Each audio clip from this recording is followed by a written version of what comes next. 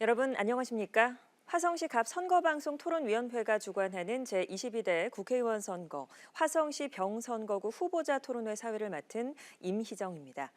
제22대 국회의원 선거가 얼마 남지 않았습니다. 민주주의 국가에서 가장 기본적인 국민의 권리이자 자격, 바로 선거권인데요.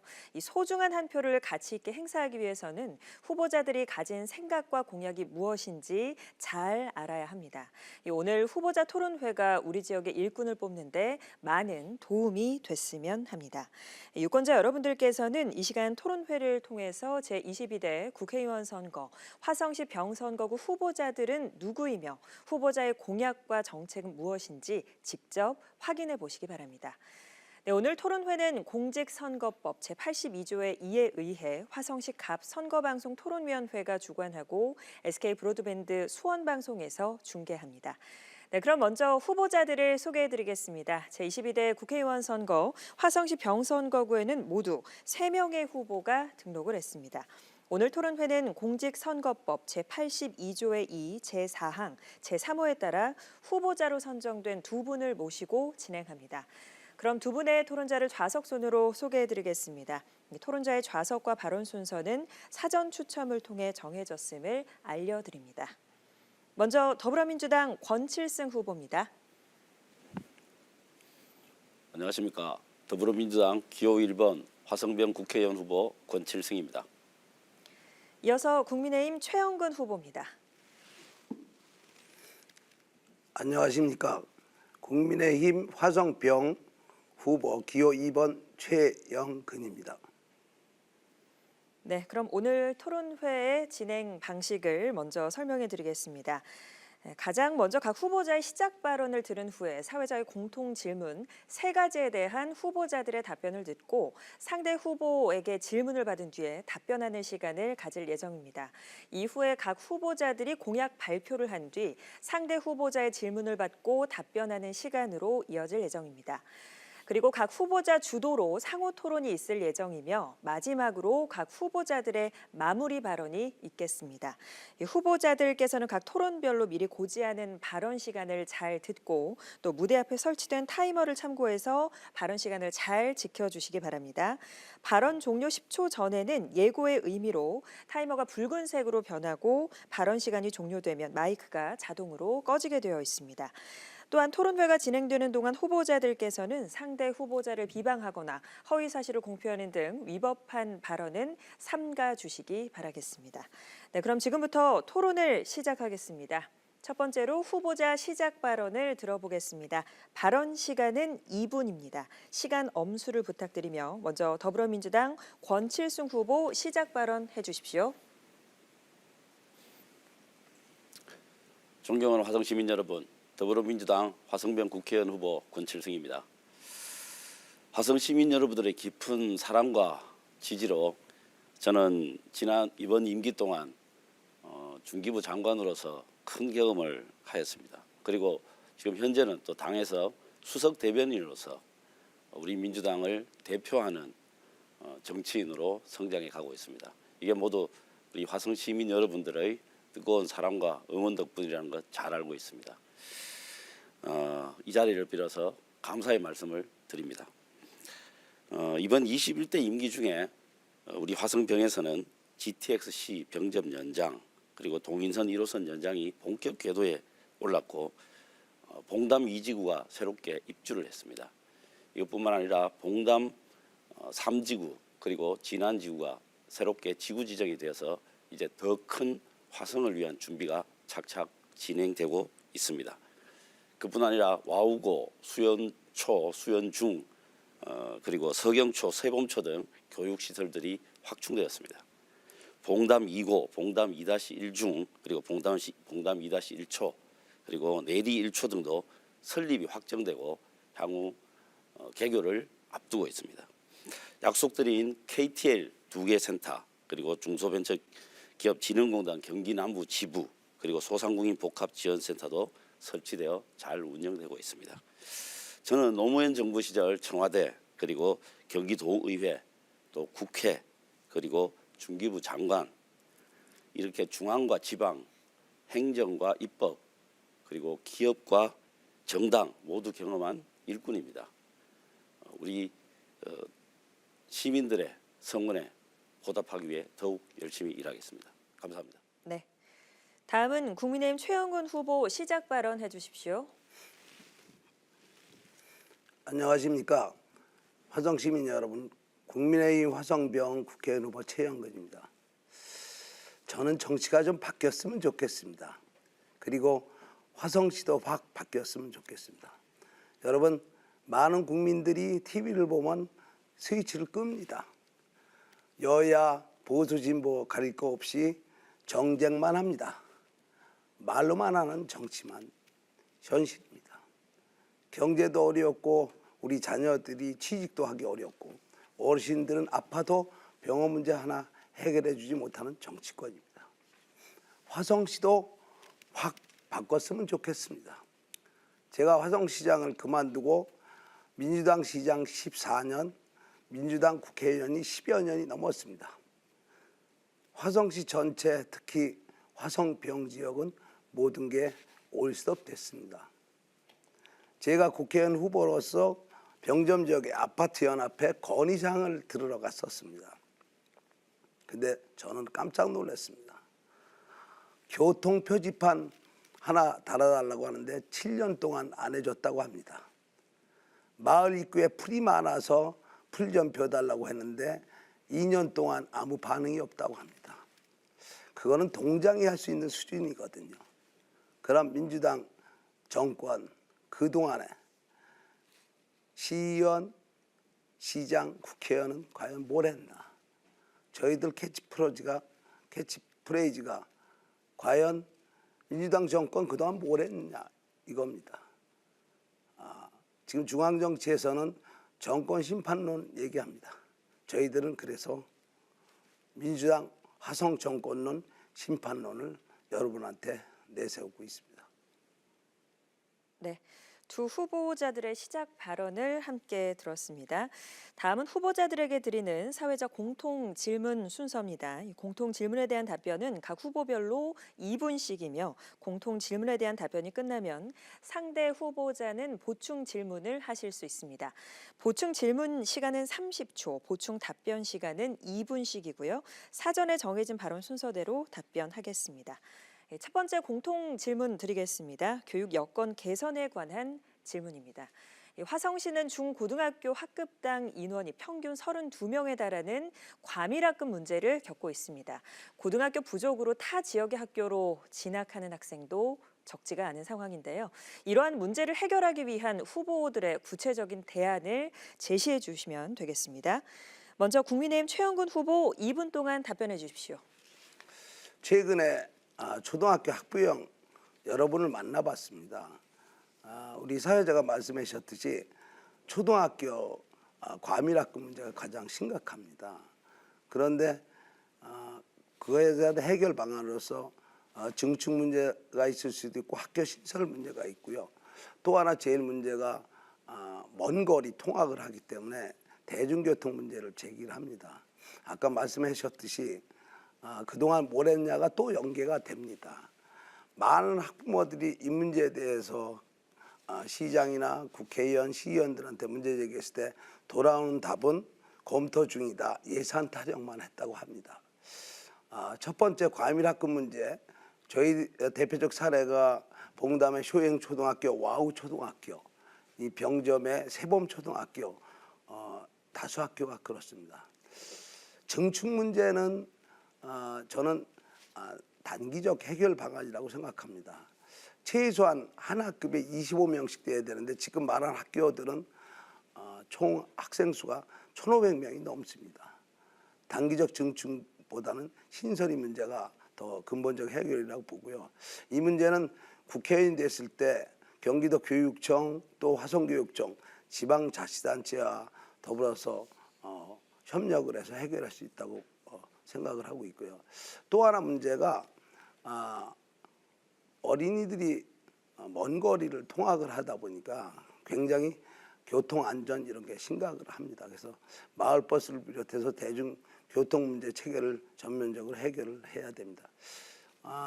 우리 능일초등학교 소동탄역 파크자의 아파트도 우리 옆에 계시는 후보님이 다 알고 계신데 수년 동안 해결이 못하고 있습니다. 저는 능일초등학교 신설을 꼭 하겠습니다. 네, 답변 시간이 종료됐고요. 이어서 더불어민주당 권칠승 후보 답변해 주십시오. 네, 이 이제 과밀 학급 문제를 해결하기 위해서 이 학교 신설 그리고 학교 증축 문제는 제가 의정 활동하면서 아마 가장 신경을 많이 썼던 것이라고 생각을 합니다. 저는 기본적으로 뭐 학교를 증축하거나 하는 건 단기적으로 이제 대응하는 방식이고요. 이 학교 설립하는 기준을 이 교육부에서 좀 완화해야 된다는 생각을 제가 평상시에 많이 하고 있습니다. 예를 들면 이제 미니 학교라든가 분교 학교 정책 같은 거 이런 걸 좀 더 유연하게 해야 됩니다. 일정 규모 이상을 고집한다든가 이런 부분들이 너무 좀 비탄력적으로 운영되는 부분이 있어서 그리고 또 학교를 짓기 위해서는 여러 가지 복잡한 절차들이 있는데 그 절차를 한 포인트만 이제 놓치게 되면은 아파트가 입주하고 난 이후에 한참 있다가 학교가 들어서는 이런 문제들이 뭐 화성시뿐만 아니라 전국적으로 계속 반복이 되고 있습니다. 그래서 이런 부분들을 해결하기 위해서 학교를 짓는 부분에 대해서 조금 더 유연한 그 정책 이런 것들을 좀 고민해야 된다고 생각하고요. 그다음에 이 지역별로 또 불균형이 있습니다. 그러니까 초등학교가 과밀인 데도 있고 또 비어가는 교실이 그냥 텅텅 비는 그런 학교들이 또 있습니다. 그래서 이런 지역 간의 불균형 문제도 해소하는 방식 그리고 학교를 초등학교와 중학교와 고등학교를 공유하는 방식 이렇게 좀 유연한 방식들을 그 교육부에서 저는 검토해야 된다고 생각하고요. 그다음에 우리 지역에서 가장 급한 부분은 현재로서는 나머지 부분들은 제가 모두에 말씀드렸다시피 이제 설립이 확정됐습니다. 그게 들었으면 그것도 상당히 많이 해소될 거라고 생각을 하고 있는데요. 능일초와 화산 1고가 저는 가장 중요한 문제라고 보는데요. 능일초 문제는 우리 최영근 후보님께서 말씀하셨지만 제가 얼마나 노력을 많이 했는지 아마 주민들께서 다 아실 겁니다. 뭐 다음에 또 차근차근 말씀드리도록 하겠습니다. 네, 두 후보의 답변 잘 들었습니다. 교육 여건 개선에 관한 두 후보의 의견이었고요. 이어서 질문하는 시간 갖겠습니다. 먼저 최영근 후보, 권칠승 후보에게 보충 질문 30초 동안 해주십시오. 네, 권 후보님 중앙에 또 많은 직함을 가지시고 대변인까지 하시느냐고 아마 지역 관리가 힘드실 텐데 아까 말씀하신 서동탄역 파크자이 아파트 제가 놀란 게 초등학교 학생들이 먼 거리 버스를 타고 등하교를 합니다. 능일 초등학교 설립 문제를 수년간 약속을 하셨었던 걸로 알고 있는데 왜 못하셨는지 혹시 안 하셨는지 답변 부탁드리겠습니다. 뭐 안 했다 이건 전혀 사실이 아니고요. 학교를 신설 대체 이전하기 위해서 세 차례에 걸쳐서 이제 이전하기 위해서는 학부모 투표가 필요합니다. 그 학부모 투표를 세 차례나 한 아마 전국에 이런 사례가 저는 아마 거의 없을 거라고 생각합니다. 자, 그 정도로 노력을 해서 했고요. 또 얼마 전에 화성시가 화성 오산교육청과 이 능일초 이 신설을 위해서 이 MOU를 체결하기도 했습니다. 화성시에서 또 여기에 대해서 관심을 많이 가지고 여러 가지 방식들을 제시하고 있습니다. 아마 지금 그 파크자이 사시는 그 주민들께서도 그 동안에 이 같이 노력한 것들에 대해서 아마 잘 알고 계실 거라고 생각합니다. 이 후보님께서는 갑지역, 정지역 이렇게 그 후보 신청을 지역구를 이렇게 돌아다니시다가 우리 지역에 온 지 이제 한 달 정도 되셔서 내용을 잘 모르실 텐데 제가 수년간에 걸쳐서 엄청난 노력을 했다는 말씀 제가 드리도록 하겠습니다. 그리고 또 추가로 말씀드리면 지금 이 부분과 함께 지금 진안지구하고 봉담 3지구가 지구 지정이 되어 있기 때문에 여기에 이제 앞으로 뭐 길게 보면 한 6, 7년 이렇게 입주를 시작하게 됩니다. 그럼 지금부터 학교 신설을 위한 그 협의를 중앙정부하고 지금 해나가야 됩니다. 이 부분들이 우리 그 화성병 지역의 그 학교 시설과 관련해서 굉장히 중요한 현안 과제입니다. 이상입니다. 네, 발언이 끝났습니다. 그럼 바로 이어서 권칠승 후보, 최영근 후보에게 보충 질문 30초 동안 해주십시오. 최영근 후보님께서 이제 능일초 부분에 대해서 말씀을 하셨는데 저는 정말 다양한 방식으로 그러니까 중투에 그냥 올려서 해보기도 하고 또 신설 대체 이전 방식으로 해보기도 하고 여러 차례 그것도 해봤습니다. 우리 정군 후보님께서는 어떤 방식으로 능일초 신설을 하실 것인지 그 구체적인 방식에 대해서 좀 말씀해 주시기 바랍니다. 오히려 또 질문을 하셨네요. 제가 시장 재직 시절에는 결국은 시장이나 국회나 유관기관의 협력이 굉장히 중요하다고 보는데 모든 민원이 빠르게 처리됐거든요. 그래서 많은 노력을 하셨다고 하는데 과연 결론은 주민들이 이건 말로만 약속을 하고 해답이 없구나. 그래서 많이 실망했던 거로 알고 있습니다. 그래서 제일 문제가 교육청이 아까 말씀하신 대로 근본적인 철학의 문제라고 생각하는데 당연히 과밀학급 문제라든가 아이들 안전 이런 문제 차원에서 그 의지와 리더십 발휘가 굉장히 중요하다고 보고 과연 유관기관과 협력이 제대로 되셨는지 또는 그런 의지가 있으셨는지 근본적인 철학의 문제라고 저는 보고요. 단기적으로 아이들 안전을 위해서 우리 화성시 민주당 정부와 국회의원께서는 과연 어떤 노력을 하셨는지 저 때는 아이들을 위해서 셔틀버스를 운행해 준다든가 나름대로 공공기관의 역할을 했었거든요. 근데 지금은 아마 그런 역할이 없었던 걸로 알고 있습니다. 그래서 이것은 근본적으로 의지 부족, 노력 부족, 추진력의 문제가 아닌가. 그래서 우리 민주당 정부가 가장 강조하는 공약이 빌공짜가 아닌가. 추진력도 없고 말로만 하는 정치가 아닌가 그런 대표적 사례를 보고 주민들이 이 문제를 저한테 전화를 해서 오라고 그래서 갔더니 제 옛날에 했던 제 실적 또 제 의지를 말씀드렸더니 굉장히 기대가 크셨습니다. 결국은 사람의 의지 또 유관기관의 협력 그걸 해결하는 그런 리더십의 문제가 아닌가 저는 그렇게 생각을 하고 있습니다. 시에서 통합교수 네, 지원을 시간이 끝이 났습니다. 본인의 순서에만 발언을 지켜주시길 부탁드리고요. 두 번째 공통 질문으로 바로 넘어가 보겠습니다. 이번에는 공공기관 확충에 관한 질문 드리겠습니다. 지난해 12월 인구 100만을 돌파하며 특례시 진입을 앞두고 있는 화성시는 면적 또한 700제곱킬로미터로 매우 넓음에도 불구하고 구청이 없어서 많은 시민들이 불편을 나타내고 있습니다. 뿐만 아니라 법원과 경찰서, 우체국 등도 화성시와 비슷한 규모의 타 지역과 비교해서 부족한 상황인데요. 이렇듯 부족한 공공기관을 확충하기 위한 방안이 있다면 두 후보께서는 제시해 주시기 바랍니다. 권칠승 후보부터 답변해 주시기 바랍니다.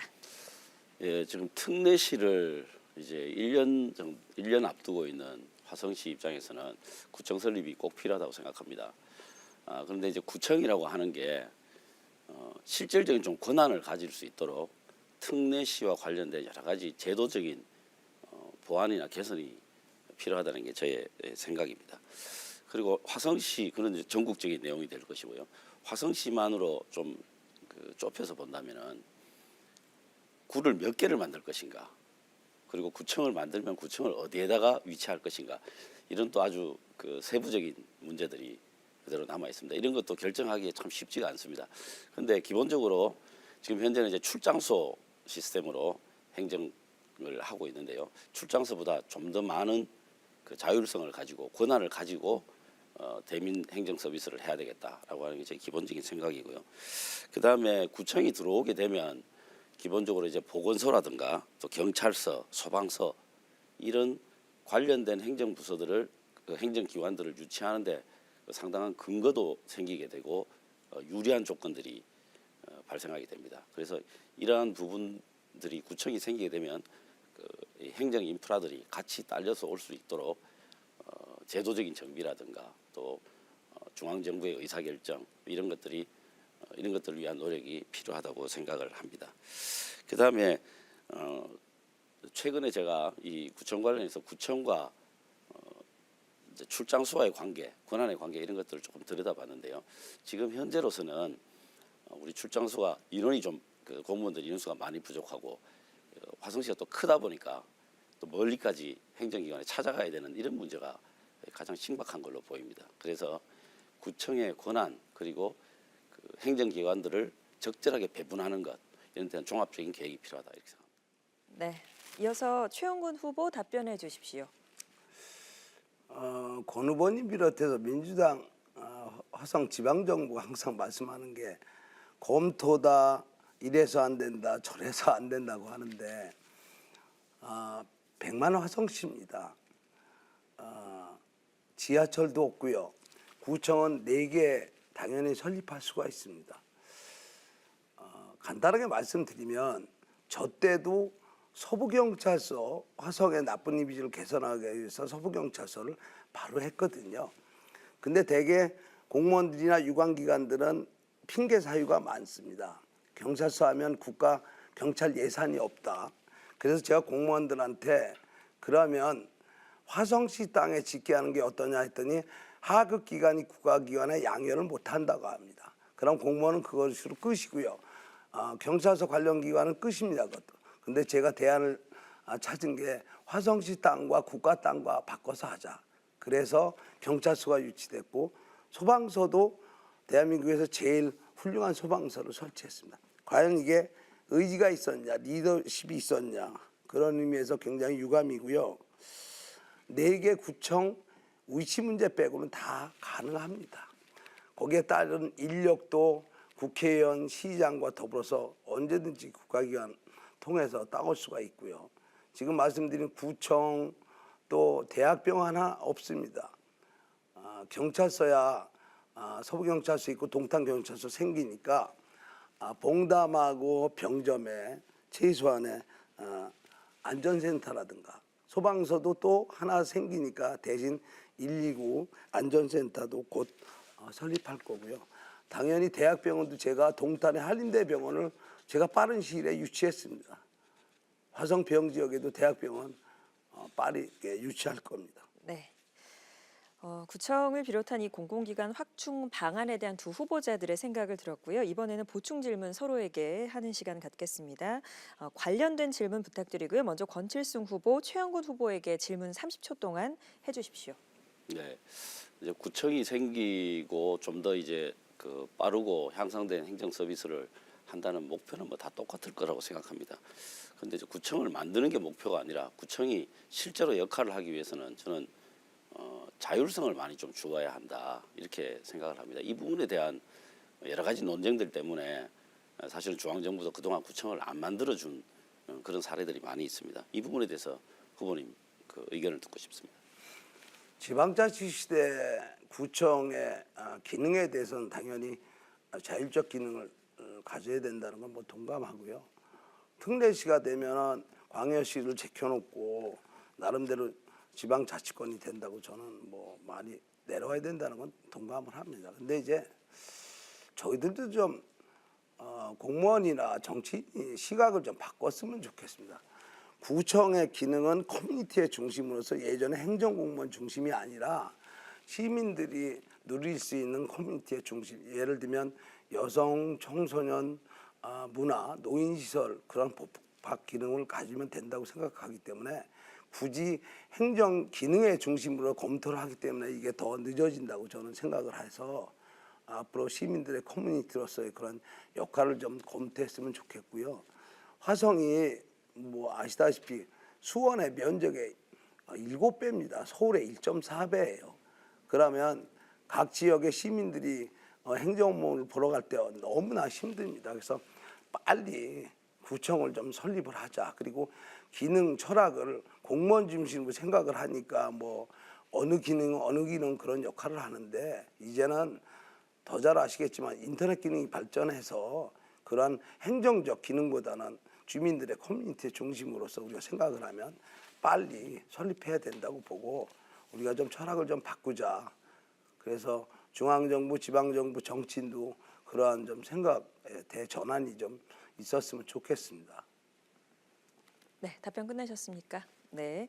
자, 그럼 또 바로 이어서 최영군 후보, 권칠승 후보에게 관련된 보충 질문 30초 동안 해주십시오. 그 권 후보님, 저희 화성병에 대학병원이나 병원 설립이 필요하다고 보시죠? 혹시 대학병원 설립하는데 제가 동탄의 한림대병원 또 시장 시절에 100만 메가시티에 맞추어서 화성병 지역, 화성갑 지역에 계획을 했거든요. 대학병원 유치가 가장 말로만 공약은 좀 쉽지만 어렵다고 생각하는데 유치 방안을 혹시 검토하신 계획이 있으십니까? 지금 이게 기본적으로 뭐 다 아실 텐데요. 이게 의사결정 주체가 사실 민간이죠. 그래서 설득해서 유치한다라는 게 상당히 난항들이 많습니다. 중간에 이제 실제 그 모 대학 쪽하고 그쪽은 동탄이었습니다만 그 이야기가 있었던 걸 제가 중간 과정을 좀 들어본 적도 있습니다. 그런데 결국에는 화성시에서 좀 여러 가지 지원책들을 내놓아야만 되지 않을까라는 좀 뭐 제 나름의 결론입니다.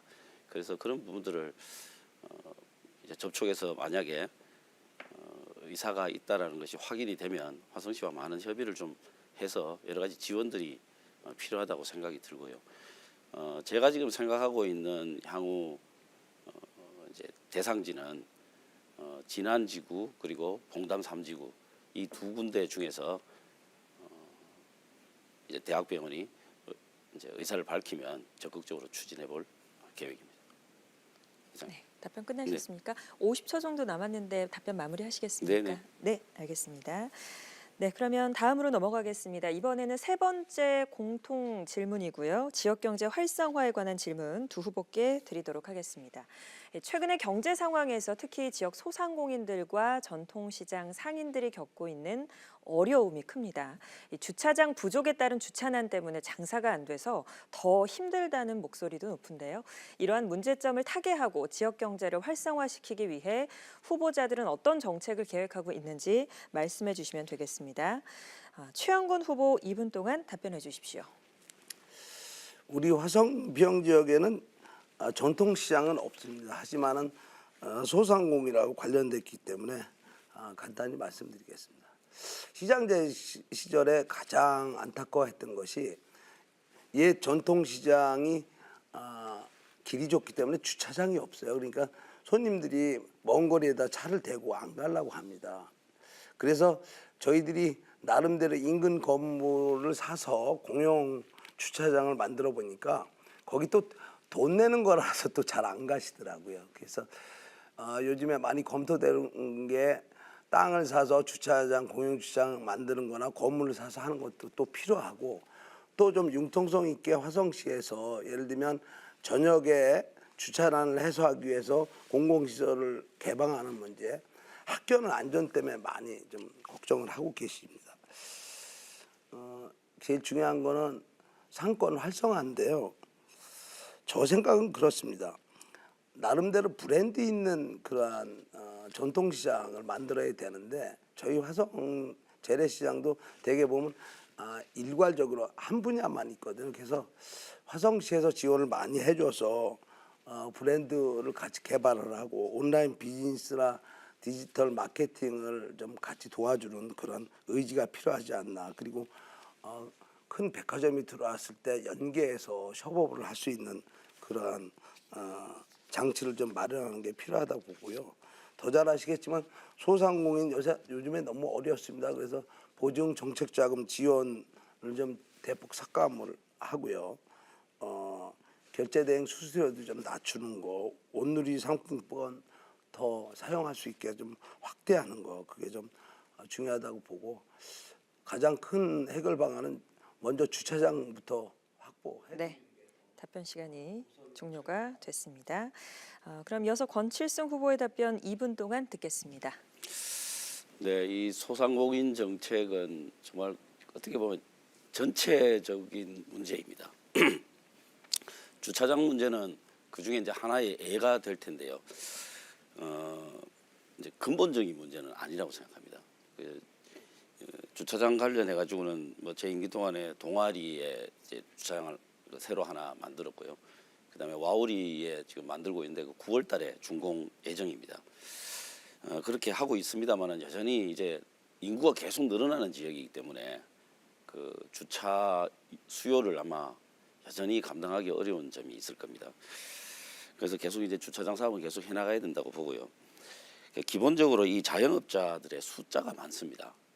이게 우리나라가 전 세계적으로 뒤져봐도 이 비율이 굉장히 많습니다. 그래서 근본적인 해결책이 뭐냐면 경제를 활성화시키는 것, 그 다음에 좋은 일자리를 창출하는 겁니다. 그래서 자영업 하시던 분들이 거의 한계 상황에 있는 그 자영업 하시는 분들이 좋은 일자리에 가서 경제 생활을 할 수 있도록 이 경제 생태계 전체가 바뀌어져야 됩니다. 그래서 제가 지금 내놓은 그 저의 그 공약에도 보면은 그 벤처 스타트업들을 육성하는 창업, 그 좋은 일자리 만드는 거, 앵커 기업 유치 이런 것들입니다. 이런 것들을 통해서 자연스럽게 그 자영업으로 생계 유지가 어려운 분들을 흡수하게 되고 그러면 자연히 경쟁력이 있는 자영업자들이 지금보다 훨씬 더 형편이 나아지겠죠. 이런 방식으로 근본적인 대책을 해야 되고 그다음에 그 뭐 수수료 낮추는 문제 이런 것들 당연히 맞는 말씀이시고요. 이번에 중앙정부가 이게 지역화폐 문제에 대해서 굉장히 좀 등한시하는 게 있는데요. 이 지역화폐가 상당히 그 지역의 소비 활성화에 영향을 줍니다. 그래서 이 지역화폐를 지금보다 훨씬 더 많이 반영해야 된다 이렇게 생각합니다. 네. 자, 그럼 관련해서 최영근 후보, 권칠승 후보에게 보충 질문 해주십시오. 30초의 시간 주어집니다. 보수당의 이념은 가장 큰 게 경제 성장 발전 그리고 책임 배려입니다. 우리 진보당이라고 부르시는 우리 민주당은 화성 경제 활성화를 먼저 말씀하셨는데 그 경제 활성화를 위해서 어떤 것을 검토하고 계신지 말씀해 주십시오. 예, 뭐 제가 잠깐 말씀드렸는데요. 이 화성시는 뭐 잘 아시다시피 대한민국 성장의 엔진이라 해도 뭐 모자람이 없습니다. 화성시처럼 우리나라의 대표적인 산업, 그 반도체와 자동차죠. 반도체와 자동차가 이 세계 굴지에 그 현대자동차는 전 세계 3위, 또 반도체는 전 세계 1위 아닙니까? 이런 기업을 가지고 있는 나라가 전 세계적으로도 없습니다. 그래서 보통 우리가 한 기업만 이렇게 들여다보는 경우가 많은데요. 이 사실은 산업이라고 하는 게 생태계로 되어 있습니다. 사람이 몸과 비슷한 거죠. 무릎이 아프면 상체가 아무리 튼튼해도 일어설 수가 없지 않습니까? 그거하고 똑같습니다. 그래서 산업 생태계를 만들고 그 생태계를 계속 건전하게 유지해 나갈 수 있는 방법 그게 중요합니다. 그런데 우리나라가 두 가지의 성장 엔진이 있습니다. 하나는 대기업이고 하나는 창업 기업입니다. 창업 기업 중에서도 딥테크 기업들이죠. 이 딥테크 기업들을 어떻게 활성화하고 육성할 것인가? 그거는 대기업과 그리고 강소기업들 그리고 좋은 아이디어를 가지고 있는 테크 기업들 이게 생태계적으로 어울리지 않으면은 상당히 어렵습니다. 그런데 이 벤처 스타트업들은 한 가지 특징이 있습니다. 기술은 있는데 돈이 없어요. 그래서 이 부분을 어떻게 해결할 것인가? 그게 이제 금융의 문제거든요. 금융의 문제는 두 개입니다. 기본적으로 자본을 많이 확보해야 되는 문제가 하나 있고요. 많이 확보된 금융 그 자본이 어떻게 유통될 것인가 하는 부분 이 두 가지가 같이 어우러져야 됩니다. 그래서 통화량은 많은데도 돈이 잘 돌지 않는 이런 이제 소위 말하는 돈맥 경화 현상을 우리가 많이 보고 있지 않습니까? 이런 부분들 해결하기 위한 여러 가지 좀 선진적인 금융 기법 이런 것도 국회에서 계속 도입을 해야 된다고 생각합니다. 이상입니다. 네. 그럼 또 바로 이어서 권칠승 후보, 최영근 후보에게 보충 질문 해주십시오. 예, 뭐 최영근 후보님께서 질문하신 것과 뭐 비슷한 내용입니다. 화성시의 경제 성장 그리고 화성시가 향후에 장기적으로 대한민국 성장의 어떤 엔진 역할을 하기 위해서 가장 필요하다고 생각하는 거 한 두 가지 정도만 말씀해 주십시오. 아까 저희 화성시는 현대삼성, 기아 대기업이 있고요. 중소기업이 2만 개가 넘습니다. 그리고 세계적 1위 기술을 가지고 있는 기업이 10개가 넘을 정도로 대단한 잠재력이 풍부한 도시입니다. 근데 제가 꼭 말씀드리고 싶은 게 왜 우리 민주당 정부는 대기업이라면 나쁜 이미지를 가지고 그렇게 규제나 억압을 많이 하시나 이런 생각이 굉장히 많이 들었습니다. 그래서 말씀과 다른 행동이지 않나 이거에 대해서 제가 좀 멘트를 하고요. 저는 저희 화성시가 제 여기 일대서 산소가 있는 고향인데요. 스포츠 예인이 가장 많은 도시입니다. 아까 말하는 반도체 산업도 중요한데 추가로 제가 말씀드리면 스포츠 문화 산업은 아마 앞으로 세계의 새로운 트렌드라고 보고요. 스포츠 문화 산업을 스포츠 예술 스포츠로 끝나지 않고 산업화해서 가장 일자리를 많이 만들 수 있는 그러한 산업이 아닌가. 그래서 봉담은 저는 예술의 도시로 간다. 그래서 예술타운과 더불어서 교통 유치를 해서 그곳에 많은 대한민국의 예술인 부가가치를 좀 생산할 수 있게 하지 않겠나 이렇게 생각을 하고요. 샹남의 운동장을 단순하게 축구 게임을 하기 위해서 한 게 아니고요. 스포츠 산업이 유럽처럼 굉장히 큰 산업이거든요. 그래서 저희 안녕뜰 앞에 스포츠 대단지를 만들어서 연계를 해서 샹남, 봉담의 삼보 폐광산, 부지 일원, 그다음에 안녕뜰에서 스포츠 문화예술 산업을 새로운 산업으로 생각해요. 네. 자, 이렇게 해서 세계 공통 질문에 대한 두 후보의 생각까지 모두 다 들어봤고요. 다음으로는 두 후보자의 핵심 공약을 들어보고 함께 토론하는 시간 갖도록 하겠습니다. 이 공약이야말로 후보자의 정책 방향을 판가름할 수 있는 아주 중요한 척도인데요. 후보자들 간의 주장, 반론 또 재반론을 통해서 정책을 비교 검증할 수 있는 또 효과적인 토론이 이루어졌으면 좋겠습니다. 이 공약 발표 시간은 2분이고요. 상대 후보자는 공약을 들은 후에 질문을 하실 수가 있습니다. 개별 질문과 보충 질문 시간은 각각 30초, 그리고 답변 시간은 2분씩 주어집니다. 먼저 더불어민주당 권칠승 후보 공약 발표 2분 동안 해주십시오. 네, 저는 이번에 100만 화성 프로젝트라는 이름으로 공약 이름을 정했습니다. 이제 100만이 돌파한 화성 특례시를 좀 기념하는 의미, 그리고 또 100만을 기반으로 해서 새로운 발전을 해나가야 된다라고 하는 그런 의미를 담고 있습니다. 크게 보면 5개 테마별로 되어 있습니다. 우선 5개 테마별 테마 자체만 한번 말씀을 드리겠습니다. 사통팔달, 또 백년대계, 자족도시, 안심사회, 성장경제, 이렇게 5가지 테마로 이번에 공약을 마련했습니다. 구체적으로 조금 더 말씀을 드리도록 하겠습니다. 사통팔달은 우선 GTX 병점 연장하는 것, 그다음에 신분당선을 봉담, 호매실에서 봉담까지 연장하는 부분, 이 부분은 이제 국가철도망 구축 계획에 반영은 되어 있습니다. 그리고 서울 3호선 병점까지 내려온다는 지금 그런 계획들을 이야기하고 있는데, 이거는 봉담까지 연장하는 것으로 그 계획을 세우고요. 그다음에 봉담 3지구에 수인선이 지나가는데 그 수인선에 신설역을 만들고 그 신설역을 중심으로 역세권을 마련하는 것. 시간 관계상 다른 것도 말씀드리겠습니다. 백년대계는 이제 교육 환경, 또 아이를 잘 키울 수 있는 사람답게 사람을 키울 수 있는 화성, 이런 것이고요. 능일초, 화산1고 이 신설을 해야 되고, 그다음에 어린이 과학관도 개관하게 될 것입니다. 그리고 자족도시라고 하는 그 테마에서는 100만 특례시 지원 발의를 통해서, 법안 발의를 통해서 이제 화성시 구청, 그리고 경찰서, 소방서, 또 관내 법원 유치 등등이 있습니다. 그리고 이제 안심, 또 성장 경제, 이런 부분도 여러 가지. 네, 발언 시간이 끝이 났습니다. 네, 권칠승 후보의 공약 함께 들으셨고요. 이제 관련해서 최영곤 후보 30초 동안 질문해 주십시오.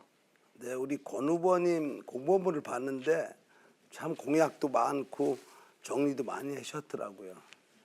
제가 선거 캠페인이 바꾸자 화성입니다. 시장 그만두고 올해 와봤는데 모든 게 오수섭돼서 저는 혹시 국회의원 당선되면 할 일이 너무 많더라고요. 왜 공약은 많으신데 국회의원 8년, 민주당 시장 14년인데 왜 올스톱이 되고 아무것도 없이 또 공약만 되시죠? 네, 답변 시간 끝났고요. 답변 바로 이어서 해주시죠. 네, 제가 질문 잘 주셨습니다. 저도 그 프랭카드 봤는데요.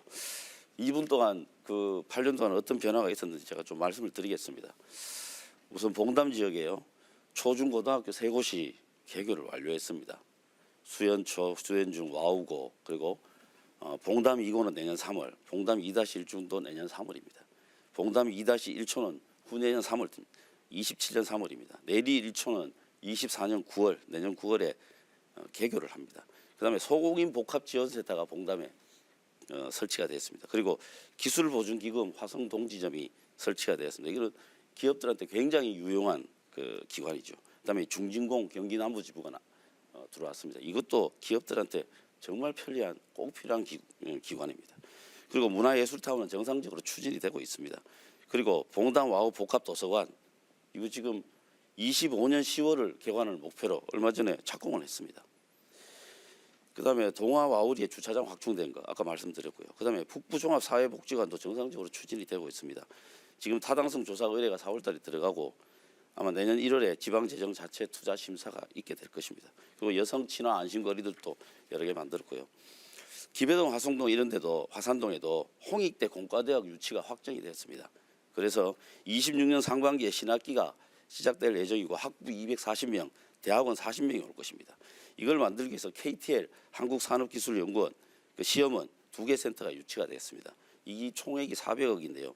이거 자율주행 기술 연구센터, 그다음에 스마트 H100 이 평가센터가 있는데 굉장히 중요한 기업들에게 너무너무 편리한 기관입니다.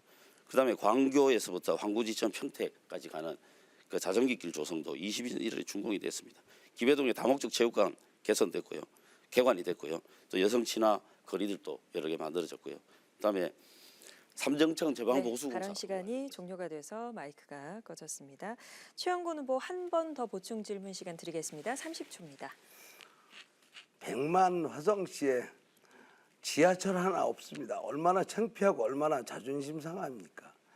시장 14년, 권 후보 빼고 민주당 국회의원이면 16년이에요. 지금 말씀하신 것 중에 지하철 3호선 빼고는 제가 아주 오래전에 했던 그 지하철 관련 공약입니다. 이거는 또 왜 못하셨는지 과연 금방 할 수 있지 않나 의지만 있으면. 답변 시간입니다. 지하철을 금방 할 수 있다고 말씀하시는 거는 아마 그 뭐 과한 말씀이라고 생각합니다. 일단 예비 타당성 조사에서 그 관문을 넘어야 되는 엄청난 그 관문이 있고요. 그다음에 아까 제가 말씀드리다가 지금 멈췄으니까 계속하겠습니다. 도시계획도로 여러 개 만들어졌고요. 그다음에 기안천 정비도 되었습니다. 그다음에 병점 진안 쪽에 보면은 잘 아시다시피 DTXC 제가 현대 컨소시엄과 여러 차례 협의를 했습니다. 그래서 그 의견 접근이 거의 다 되었고요. 그런데 얼마 전에 또 대통령께서 연장 계획까지 발표를 해서 아주 순조롭게 잘 되고 있습니다. 국토부와 지자체 상생 협약 까지 있었죠. 그다음에 진안동에 다목적 체육관도 건립이 됐습니다. 이것도 옛날에 시장하실 때 뭐 공약하셨는가 모르겠습니다. 서경초등학교 개교했습니다. 동탄에서 인덕원선 1호선 이거 연장하는 거 확정이 됐습니다. 이거 그다음에 병점 복합타운의 주차타워도 착공했고요. 세범초등학교도 개교했습니다. 병점동에도 다목적 체육관 지금 현재 건립하고 있습니다. 그다음에 엠버스 이거 민원이 엄청나게 많은 거죠. 엠버스도 개통이 완료가 됐습니다. 그리고 병점 중심 상가에 고객 지원센터 설치도 완료가 됐습니다. 그리고 병점 역 앞에 가보시면 청년 지원센터가 또 완공이 돼서 운영이 되고 있습니다. 그리고 송화초 구봉초의 스쿨버스 성강장을 개선했습니다. 이게 아까 말씀하신 능일초 학생들이 많이 이용합니다. 그리고 화성시의 테마과학관, 이거 어린이과학관이라고 이야기하는데 테마과학관 지금 추진하고 있고 지금 만들고 있습니다. 그다음에 서동탄역 앞에 가보시면 그 파크자의 앞에 가보시면 LH 공원에 물놀이장도 만들었습니다. 이게 원래 계획에 있던 게 아니었습니다. 그다음에 다람산 공원의 게이트 볼장도 개선했고요. 병점역 앞 지금 가보시면 지금 조성하고 있습니다.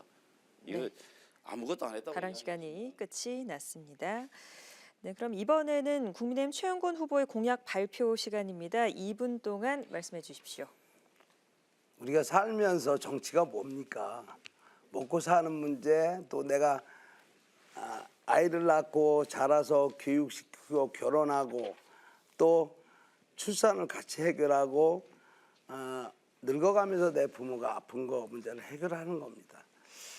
제가 화성시 민주당 정권 심판을 얘기하는 이유가 물론 사유는 다 있습니다. 그런데 왜 저 때는 된 게 안 됐을까 하는 측면에서 말씀드리고 지하철 타당성 문제에서 많이 걸립니다. 근데 제가 간단한 예를 드리면 서동탄역을 제가 2년 안에 삽하고 코팅식을 했습니다.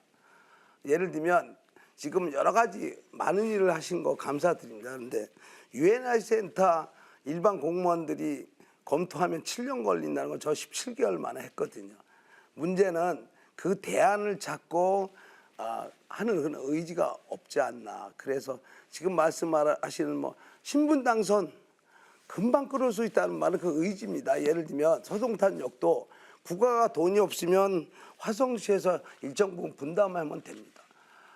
병점역도 사통팔달의 도시 그곳에 지하를 비롯해서 각 역사의 역할을 하는 사통팔달역 또 컨벤션 백화점 기능 공약 발표 시간 이제 끝나갑니다. 네, 30초 남았습니다. 이어주십시오. 구청 그것도 아까 의지로 말하고요. 대학병원도 그 대안은 이따가 제가 여쭤보겠지만 그런데 교통, 문화, 체육, 여성, 노인 이거는 필수입니다. 여러 가지 얘기하시는데 오죽하면 시민들이 아무것도 안 했다고 하시는데 했다고 하시니까 필수적인 거를 갖추지 않은 우리 100만 화성시가 얼마나 자존심이 상하냐. 저는 제 고향 화성으로서 너무 자존심이 상한다는 말씀을 드립니다. 네. 이어서 권칠승 후보 30초 동안 질문해 주십시오. 어떤 시민들 만나서 들으셨는지 저한테 소개시켜 주시면 제가 그분한테 자세히 설명드리도록 하겠습니다. 그다음에 뭐 지하철 이야기 많이 하셨는데요. 제가 그 후보님 공약을 보니까 저희 민주당은 병점역을 지화하겠다고 하는 그 구간을 명확하게 제시를 했습니다. 그런데 지금 국민의힘에서는 저번에 그 구체적인 구간을 제시하지 않았습니다. 구간에 대해서 좀 말씀해 주시죠. 공보물이야 뭐 개괄적으로 하죠. 목표나 이념만 정해지면 그거는 그때 가서 타당성 조사라도 아까 말씀하신 대로 필요성 여러 가지 검토해서 구간을 할 수 있다고 저는 봅니다. 그리고 지하철을 말씀하셨는데 사실 지하철 1km당 한 1,000억 조금 넘으면 되거든요. 그것도 아까 말씀하신 국비를 내려주고 도비, 시비 같이 매칭 펀드나 일정 비율 분담하면 할 수 있지 않나. 그래서 또다시 리더십 문제 추진력 의지를 말씀을 드리는 겁니다. 그래서 이런 게 좀 너무 안타깝지 않나. 그런 측면에서 우리 민주당이 노력은 많이 하셨는데 우리 100만 메가시티 특례시가 된다고 하는데 너무 안타까워서 그래서 할 일도 너무 많다. 그래서 정치가 좀 제발 말로 하는 정치 빌공짜의 공약이 아니고 민생 정치, 생활 정치로 가자. 그래야 국민들이 체감을 하지 않나. 그래서 서두에도 말씀드렸듯이 내 가까이 있는 것부터 해결해주고 그런 정치로 좀 바뀌었으면 다시 한번 화성 시민 또 우리 권 후보님께도 부탁을 드리고요. 특히 제가 꼭 말씀드리고 싶은 게 대학병원이 왜 필요하고 또 소아과 병원도 필요하다는 건 지금 정부 의대 증원하고 관련해서 많이 나오는 거 아마 공감하실 겁니다. 특히 화성은 100만 도시인데 동탄에 제가 설립한 한인대병원 외에는 없어서 전부 수원으로 갑니다. 그래서 이것도 빨리 좀 여야를 떠나서 당을 떠나서 좀 같이 설립을 했으면 부탁의 말씀을 드리겠습니다. 네, 다시 질문하십시오. 네, 좋은 말씀 저도 잘 참고를 하겠습니다. 그 공보물에 보면 지하철 3호선 연장과 관련한 내용이 있습니다. 거기에 보면 병점역까지로 연장을 하고 있는데 병점까지 연장하는 거, 병점역에 변경까지 연장하는 거에 대해서 지금 시에서 반대 의견을 내고 있다는 거 혹시 아시는가 모르겠고요. 이게 봉담까지 연장해야 된다라고 생각을 하는데 견해를 좀 말씀해 주십시오. 시에서 반대한다고 해서 또 저희 입장에서는 꼭 같이 따라갈 필요는 없고요. 한동훈 비대위원장이 수원에 오셔서 지하철 3호선 뭐 용어는 여러 가지 다르더라고요. 그건 영통구청이니까 당연히 지난 3기 신도시를 거쳐서 병점역까지 하고 그걸 또 저때 저가 제안했었던 건데 봉단까지를 병발선이라고 하더라고요. 그래서 용어는 아마 서로 다 달라서 제가 막 가로치고 병발선 했는데 지하철 3호선은 수원 영통구청 진안 3기 신도시, 물론 구체적 노선은 그때 검토하면 되고요. 병점역, 그 다음에 봉단까지 가고요. 이왕이면 매송까지 해서 제가 옛날에 거미줄 화성 100만 도시에 맞게 거미줄 노선을 그렸거든요. 그게 나중에 화성시청까지는 가야 되지 않겠나. 제 의견은 그렇습니다. 네, 마무리 하시겠습니까? 한 57초 정도 남았는데요. 네, 마무리 하신다고 하셨습니다. 이렇게 해서 후보자들의 공약 그리고 질문과 답변하는 시간 함께했고요. 이번 순서는 후보자 주도권 토론 시간으로 함께하도록 하겠습니다. 이 주도권 토론 시간 방법에 대해서 잘 먼저 숙지를 해 주십시오. 설명드리겠습니다. 이 주도권 토론은 사회자를 통하지 않고 후보자가 직접 토론 진행의 권한을 갖고 상대 후보자에게 질문하고 답변을 듣는 방식의 토론입니다.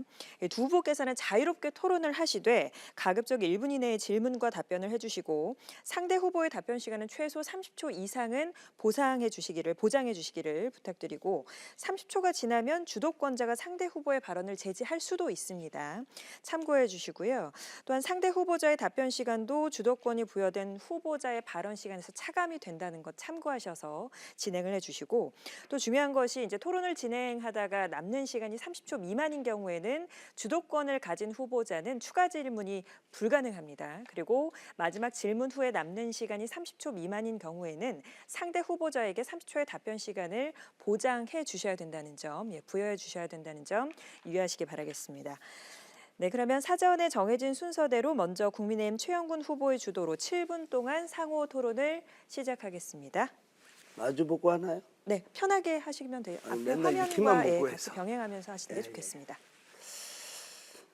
그 8년 동안 저희 화성 병 지역을 민의를 대변해서 고생해 주셔서 너무 감사드리고요. 무조건 다 일을 안 하셨다는 게 아니라 우선순위라든가 또 추진력 있게 할 거는 또 필요하다고 봐서 말씀을 드렸습니다. 아까 화성의 대학병원이 제가 한림대병원 유치하고 그 다음 계획을 말씀을 드렸는데 대학병원 유치하면서 민간이 주체다. 맞습니다. 화성시가 지원을 해줘야 유치가 된다 그 말씀하셨는데 화성시가 어떤 지원을 해줘야 된다고 생각을 하십니까? 제가 들은 걸로는 그 토지 사용에 대한 여러 가지 좀 주문들이 있었습니다. 구체적으로. 네, 그 토지 사용을 그러니까 병원용으로 쓸 수 있게 그리고 좀 값싸게 그 지원을 할 수 있는 방법을 요청하는 내용들이 있었습니다. 전에도 저 민주당 후보가 이거에 대해서는 조금 잘 모르시는 것 같아서 아시다시피 대학병원을 유치하려면 최소한 600평상 이상 되고 그 다음에 뭐 연계해서 요양 중풍 또는 재활을 해야 됩니다. 그래서 600평상 이상이면 굉장히 뭐 큰 적이거든요. 그러면 대학병원이 제일 우리나라는 땅값이 제일 비쌉니다. 그래서 땅값이 안 들어야 되기 때문에 지금 말씀하신 대로 화성시 땅에다가 건립비만 들고 건립을 하고 20년 후에 기부 체납하고 그러면 대학병원 입장에서는 또 억울하니까 50년 정도 운영권을 주면 쉽게 유치될 수 있는데 왜 이거를 이렇게 힘들은지 저는 동부 지역 또 저쪽 서부 지역까지 이게 빨리 필요하다고 보고요. 우리 화성시장님 또 관련 기관이 이런 거 좀 협의해서 좀 하셨으면 그거 부탁을 드리고. 아마 못하. 예. 아까 그 백만 화성시에 지하철이 없다고 제가 너무 안타까워했습니다. 과연 국가가 돈이 없다고 그러면 그럼 저희들은 또 안 되는 겁니까? 그래서 민주당 정부에서는 화성시가 의지만 있다면 예산도 많고 또 주민들을 위해서는 예산도 분담할 수 있다고 보는데 예를 들면 제가 화성에서 얼마를 댈 테니까 같이 하십시다 그런 의지에 대해서는 우리 권 후보는 어떻게 생각하고 계시는지. 지금 GTX-C가 그런 거죠. GTX-C가 화성시에서 원인자 부담을 전액하겠다라고 제안을 해서 그게 그 의견 접근이 급격하게 된 겁니다. 그래서 그 말씀하시는 그런 게 된 거고요. 그다음에 지하철 문제도 능동역이 원래 계획에 없던 역이잖아요. 그 능동역이 생긴 것도 그 화성시에서 적극적으로 그 교섭을 해서 만들어진 겁니다. 그래서 지금 그 후보님이 말씀하신 게 그 이미 화성시에서 이루어지고 있는 일들입니다. GTX-C는 프로그램이라 몇백 건이면 되고 역 하나 만드는 데는 몇백억인데 그럼 화성시에서 한 50% 분담하시는 건가요? 왜 이 이야기를 제가 말씀드리냐면 능동역이 그런 걸로 알고 있습니다. 지하철 같은 경우는 제가 말씀드린 대로 1km당 1,000억이 넘거든요. 그러면 50% 분담을 한다 그러면 500억인데 지금 말씀하시는 하고 있다는 거는 굉장히 작은 거고 국가가 돈이 없을 때는 아니면 국회의원이 역할을 한다고 하도 그건 당에 따라서 다를 텐데 그러면 저희 화성시는 계속 지하철 없는 시대가 돼야 되는 거지 그 의지를 말씀을 드리는 거거든요. 아니 그 능동역이 들어오면 지하철이 들어오는 거죠. 그 지하입니다. 그다음에 병점역을 지하화하면 지하화 되는 것이죠. 그다음에 3호선이 뭐 지상철이 될지 지하철이 될지는 그거는 뭐 나중에 좀 더 추가적인 그 검토가 있겠지만 어쨌든 전철이 들어오는 것이고 그다음에 신분당선도 마찬가지죠.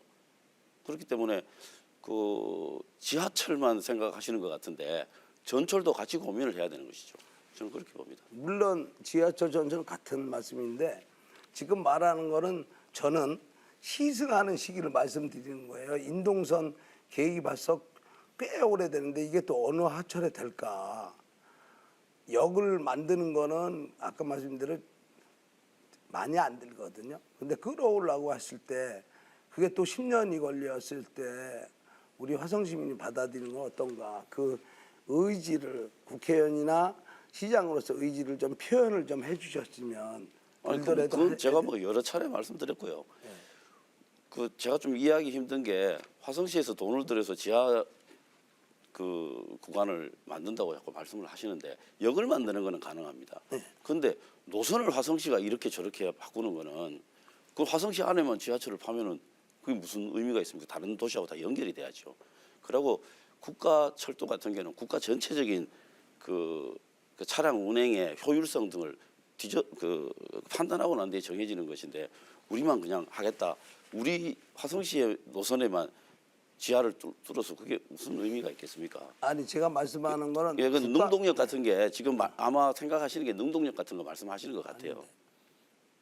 그걸 말씀드리는 게 아니고 국가계획 차원에서 하는 거는 맞는데 너무 기간이 걸리니까 제가 서동탄역을 만든 이유가 화성시에 발을 들여놓자. 그러면 그 다음에 쉽지 않나.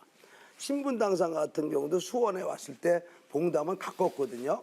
예를 들면 1km라고 하면 500억 들여서 국가 500억 하면 끌어들일 거를 언제 국가계획만 기다리냐. 그렇게 되면 화성은 어느 시절에 되느냐.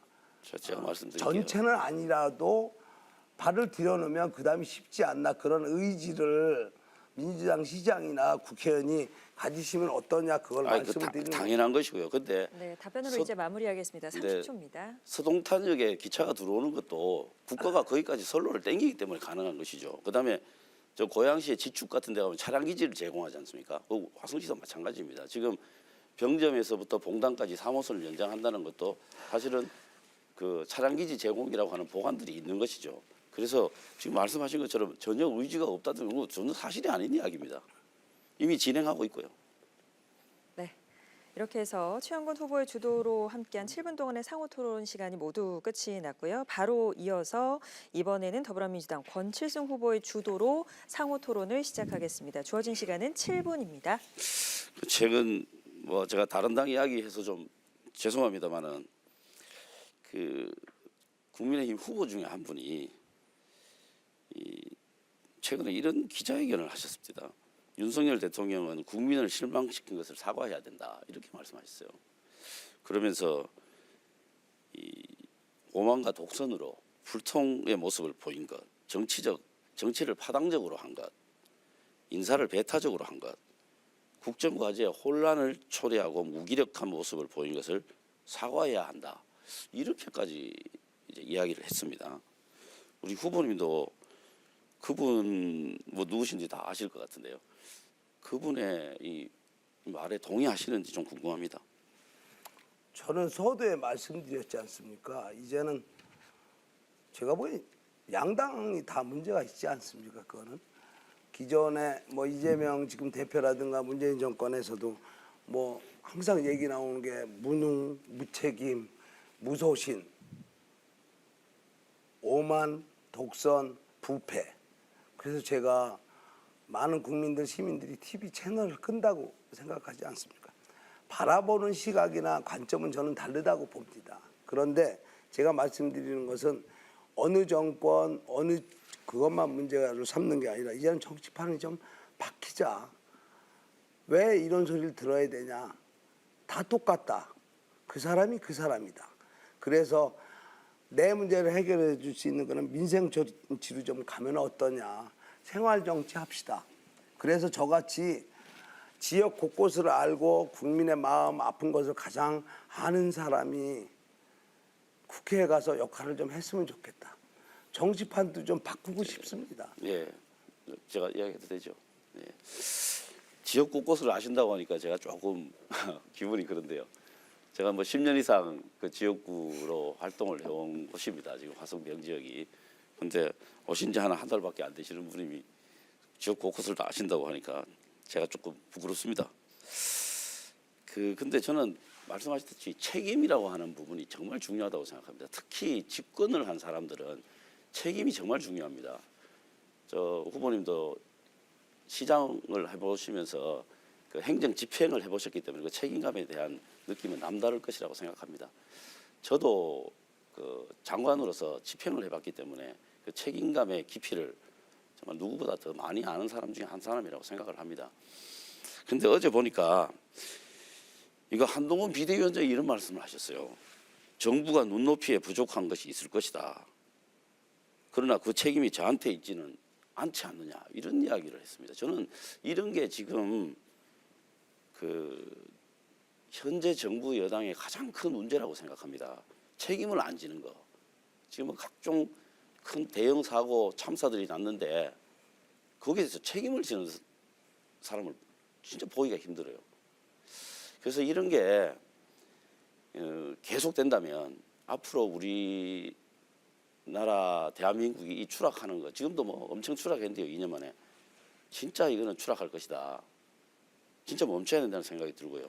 책임지는 문화 그러니까 그게 이제 선거로 드러나기 마련이기는 한데요. 그래도 이런 부분들이 문제가 있을 때 책임지는 부분 이런 것들이 굉장히 저는 아쉽다고 생각하는데 거기에 대해서 후보님 한 말씀 해주시죠. 먼저 온 지 한 달밖에 안 됐다는데 무슨 말씀인지. 제가 시장 때 병점에 6년 살고 지금 봉담 14년 사는데 당에서 어디 지역구로 전략공천 받는 거하고는 별개고. 아니 후보로서 우리 후보는 고향이 여기 아니시지만 제 고향은 여기 화성입니다. 그래서 화성을 곳곳이 잘한다는 말씀을 드리고 또 이제 정치 이슈를 말씀하시는데 제가 보기에는 그거는 뭐 과연 말할 자격들이 계신가 그거에 대한 답변으로 대신 자 민생 정치로 갑시다. 권 후보님한테 말씀드리고 싶은 게 지역구도 하나 이렇게 일일이 다 못해서 주민들이 8년 동안 시장 14년 동안 뭐 했냐. 저한테 국회의원 후보한테 풀 깎는 거 도로교통 표지판 이런 거를 얘기를 하고 지하철이 하나 없다 이 얘기를 합니다. 제발 이 자리에서는 방송에서 말씀 잘하시는 그러한 대변인으로서의 그런 말씀보다는 화성이 이렇게 돌아가는데 저희가 이렇게 부족했습니다. 이렇게 하겠습니다. 이런 그런 건설적인 좀 말이 나왔으면 그래서 네. 정치판 네, 바꿨으면 저는 네, 좋겠습니다. 네, 제가 좀 말씀드릴게요. 그 후보님은 임기 만료 40일 전에 그 사퇴를 하셨어요. 굉장히 좀 독특한 케이스라고 저는 생각이 드는데요. 그 임기를 그때 채우지 않고 그때 무소속으로 출마를 하셨나요? 아니죠. 그때 출마를 안 하셨습니까? 그 지금 근데 출마를 안 하셨으면 더 좀 그런데요. 그때 임기를 채우지 않고 사퇴를 하신 게 언뜻 좀 이해가 안 돼서 그 이유가 좀 듣고 싶습니다. 그 민주당 정부의 제일 문제가 뭔지 아세요? 알박입니다. 새로운 시장이나 새로운 정부가 들었을 때 인사를 다 채우는 바람에 그런 알박이 문제가 심해요. 저는 새로 오시는 분이 소신껏 하시라고 했고요. 왜냐하면 지역 주민들이 무소속락으로 압박이 강해서 제가 공무원들한테 뭐 더 잘하시지만 시장이 선거 나올 때는 부시장이 대행합니다. 대신에 부시장 체에서 열심히 해주십시오. 그런 측면에서 제가 저희 당에 무소속으로 안 나왔고 네, 또 그런 알겠습니다. 책임 체제를 뭐, 했고 네, 알박이를 피해서 네, 뭐 소신껏 하십시오 네, 하고 했고요. 제가 주도하는 시간이니까요. 답변을 네. 답변은 됐습니다. 주도권자에게 네. 주도가 네. 하실 권리가 있습니다. 그렇지만 뭐 돌연 사퇴한 거에 대해서는 좀 마무리하도록 제가 이해가 잘 하겠습니다. 안 됩니다. 그리고 이번에 원래 계속 갑에서 출마하시지 않으셨나요? 갑 지역에서 그거는 뭐 더 네. 잘하시잖아요. 당도 여러 차례 이렇게 옮기시고 아니 지역구도 이렇게 여러 차례 옮기셨던데 네, 이제 끝내셔야 합니다. 그 그 부분에 대해서도 또 민주당 한번 정부도 설명을 좀 마찬가지지만 해주시죠. 저희 당에서 이제는 화성은 방치할 수 없다 생각해서 시장은 각 지역을 가장 잘하고 경쟁력이 있으니까 네, 이제는 시간이 이제 비영 지역도 끝이 났습니다. 강한 우리 장관 출신하고 싸매라. 네, 발언 시간이 모두 종료가 됐습니다. 마이크가 꺼졌습니다. 자, 이렇게 해서 두 후보자 간의 주도권 토론 순서 함께 하셨습니다. 두 후보의 열띤 토론 함께 지켜보셨을 텐데요. 유권자 여러분 어떻게 보셨습니까? 오늘 토론이 유권자 여러분들의 후보자 선택에 또 많은 도움이 됐기를 바랍니다. 자, 이제 마무리를 할 시간인데요. 오늘 토론한 내용에 대해서 뭐 강조하고 싶으시거나 미처 다 못한 말씀 있으시면 각 후보에게 2분씩 드리도록 하겠습니다. 맺은 말 해주시고요. 먼저 더불어민주당 권칠순 후보 마무리 발언 듣겠습니다. 네, 화성병 더불어민주당 후보 권칠승입니다. 토론은 다 잘 보셨을 거라고 생각합니다. 2년 만에 대한민국이 눈 떠보니 후진국이라고 하는 조롱을 듣고 있습니다. 정부와 여당은 이 나라의 국민이 주인이라고 하는 사실 자체를 망각한 것 같습니다. 이 2년 만에 이 민주주의와 대한민국의 국격이 한없이 추락했습니다. 이 정치라고 하는 게 이 국가 전체의 이해관계들을 어떤 시스템화해서 강제적으로 조정하는 시스템 아니겠습니까? 그래서 중앙 정부의 어떤 그런 그 운영 체계 또 국민을 정말 국민에게 봉사하는 자세 이런 게 굉장히 중요한 것입니다. 이게 나라만은 어려운 게 아니라 국민의 삶이 같이 덩달아 어려워지게 마련입니다. 요즘 보면 주변에 대출 이자 때문에 힘들어하시는 분들 많이 보셨을 겁니다. 작년에 개인 회생 접수 그리고 법인 파산 신청이 역대 최대치를 기록했습니다. 경제가 어렵다는 뜻이죠. 개인 회생은 올해 1월 달에 이미 월간 최대치를 기록했다고 합니다. 정부 여당은 국민들로부터 경제를 살린 능력은 물론이고 의지조차 없다 이렇게 의심받고 있는 것입니다. 이제 선거가 열흘 남았습니다.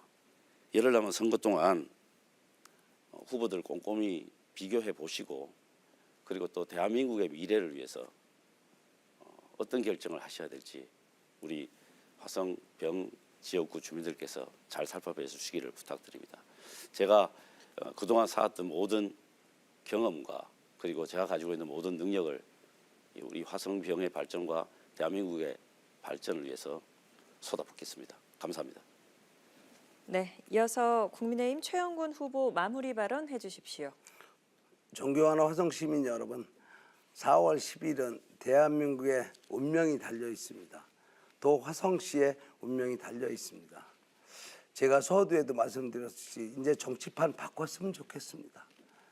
정치가 흥이 나야 됩니다. 그런 의미에서 말의 정치, 정쟁 정치, 비판하는 정치가 아닌 민생 정치가 됐으면 좋겠습니다.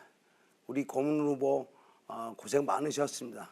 공약도 8년 동안 많이 내셨는데 과연 그게 지켜졌나? 왜 화성 시민이 그동안 뭘 했냐?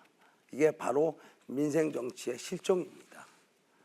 대변인 하면서 말 잘하시고 다 좋은데 제가 상대방 후보를 비판을 안 했습니다. 팩트만 말씀드렸거든요. 근데 천안함 대한민국을 위해서 고생하신 우리 청년들이 수십 명이 산화했습니다.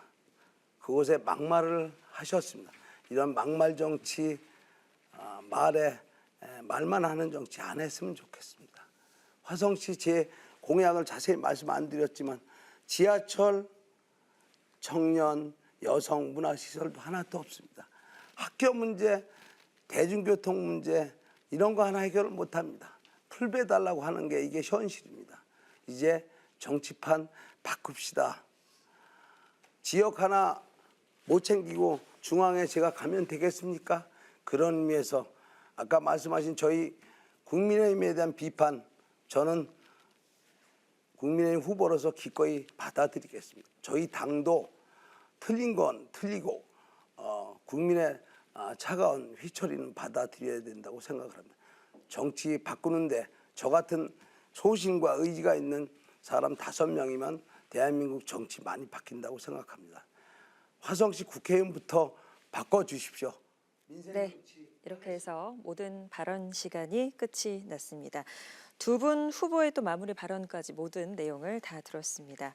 자, 화성시 병 후보자 토론회 이렇게 해서 모든 순서가 끝이 났는데요. 자, 4월 10일 제22대 국회의원 선거일입니다.